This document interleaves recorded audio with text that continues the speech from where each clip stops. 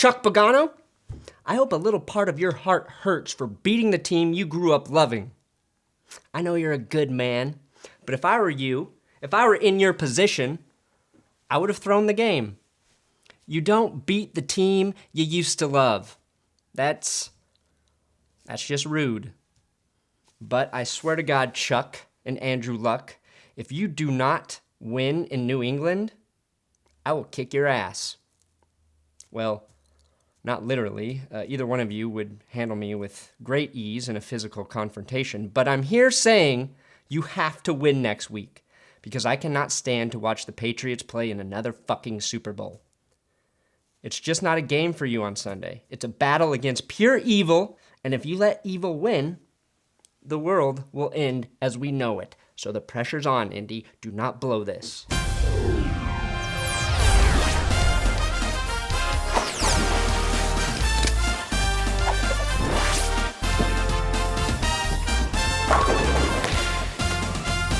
Welcome to That's Good Broncos. I'm Brandon Perna, and we're going to do That's Good Broncos a little bit differently today. I'm sorry, but I'm not watching through that game again. There just aren't enough highlights to even be sarcastically excited about. Well, except for this. Contact right away. Looks like baby Josh got put back in his cribs, and just like I've always said, babies are dumb because they don't learn their lessons. Their brains are too small to retain information, and Cribs gets fucking lit up again. Oh, Cribs, come on, Cribs, 3 times. I'm not showing this to take cheap shots at Indianapolis. I'm showing these clips because if they want to win next week, they need to learn to make fair fucking catches. With that said, that was the only area of the game in which the Colts did play like shit. Broncos, on the other hand, played like shit in pretty much every aspect of the game, except for Brandon McManus and Connor Barth. Barth performed, and as much hell as I've given McManus, he kicked it deep all afternoon. So congratulations to Connor and to Brandon. Oh wait, CJ Anderson played a hell of a game too. He played with a lot of heart. And I can't wait to see what he does next season, especially if he has more plays like this 4th down conversion in his arsenal. He should have been brought down 5 yards behind the line of scrimmage, but somehow he finds the power to get across the 1st down marker. That was pretty good. Anderson's most impressive play of the game, though, was restraining Orlando Franklin, who quite possibly may have been the first player in NFL history to murder another man on the field. And Orlando Franklin's mixing it up with some of the Colts. But that's why these two make such a great combo. I hope you enjoyed the season finale of Franklin and Bash. So stay tuned for next season's premiere. And God only knows what kind of trouble these two will get into.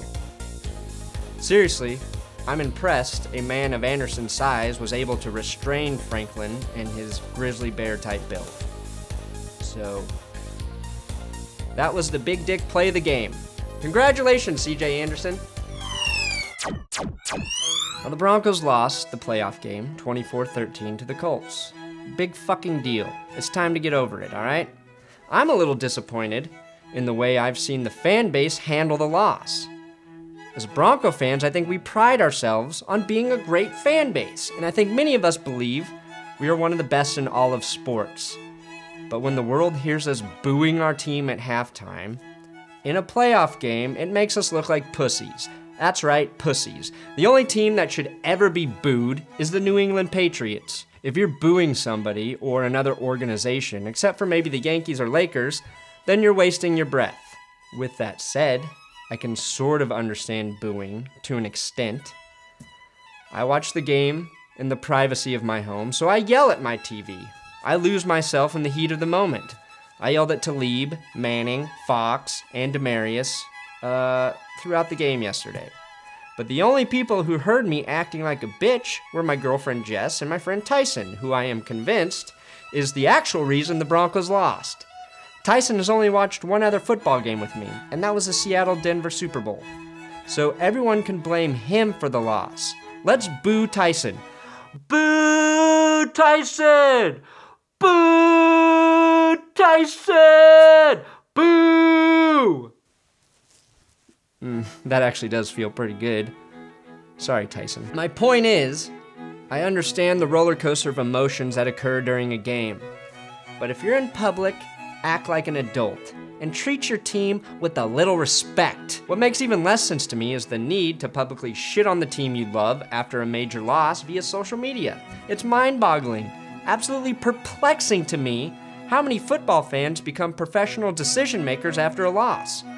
Suddenly, fans turn into Donald Trump and believe the solution to all of their football problems is to fucking fire everyone. Oh wait, I guess that's actually what did happen. Regardless, we fans don't need to be the ones demanding for them to be fired. It's just kind of stupid. Could you imagine if every time you screwed up at work, you had hundreds of thousands of people screaming for you to be fired on Twitter or Facebook or whatever?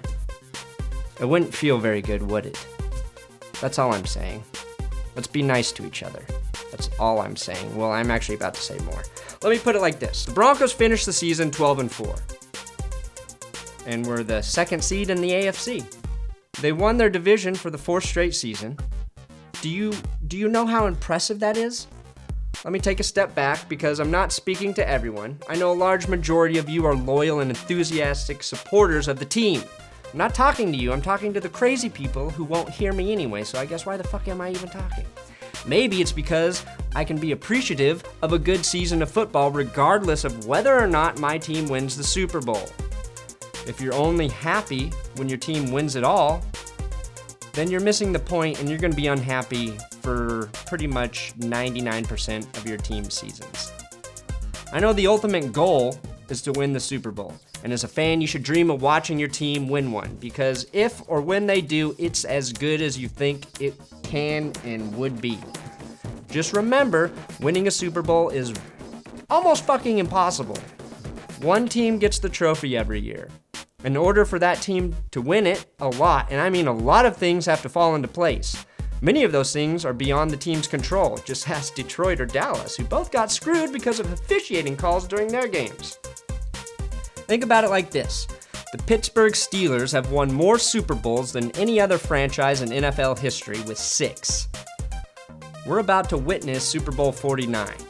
So in 49 years, the Steelers have won a Super Bowl on average of 1 for every 8 years.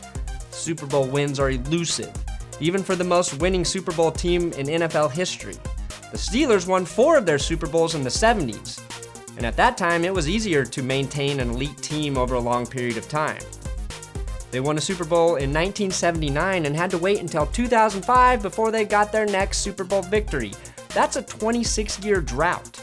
The Patriots, who are the best team of our generation, lost their last 2 Super Bowls. So is my point clear? If the only thing you can appreciate is a Super Bowl victory, then you're not truly enjoying the game of football. I know I act like an asshole here on my channel all the time, but the thing I really appreciate is the game of football. I love watching the game of football. This loss sucked, especially because the Broncos played poorly on offense, defense, and in the punting game. But that doesn't mean I'm not thankful for this last season. Since Manning arrived, the Broncos have been 13-3, 13-3, and 12-4. For me, that signifies 3 years where I had a lot to be happy for from September to December. In that time, the Broncos only lost to a division rival once. You can't tell me going 6-0, 5-1, and 6-0 against the Raiders, Chiefs, and Chargers doesn't feel good. We now know that Peyton Manning had been playing with a pretty serious thigh injury since the San Diego game. I'll talk about that more in another video, probably on the milehighhuddle.com, which explains a lot about his declining play at the end of the season. But the reason I'm saying all of this is because I think we need to do a better job as a fan base of being supportive of the team, the players, and the coaches who bust their ass every year to entertain us on a weekly basis. And it's a bit sad when we detach ourselves from that with such ease and start demanding that players and coaches be fired, even though they eventually were. I'll let John Elway handle those decisions. We have no idea what's going on behind the scenes there, but I trust that Elway will always give the Broncos the best possible chance to win. I also trust that if Manning gets some time to properly heal, that we would be privileged to have him back again as the Broncos quarterback next year.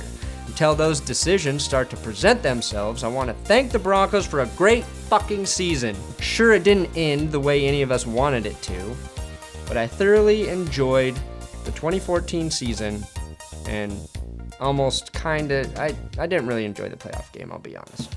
Also, thanks to everyone who shows up here to watch my videos every week. I can't tell you guys how much more enjoyable watching the Broncos has become for me, knowing that I get to talk about the game with you guys every week. This is the second season I've done That's Good Broncos, and there's no way I could have found the inspiration to make videos every week if you guys weren't so supportive and enthusiastic about the show.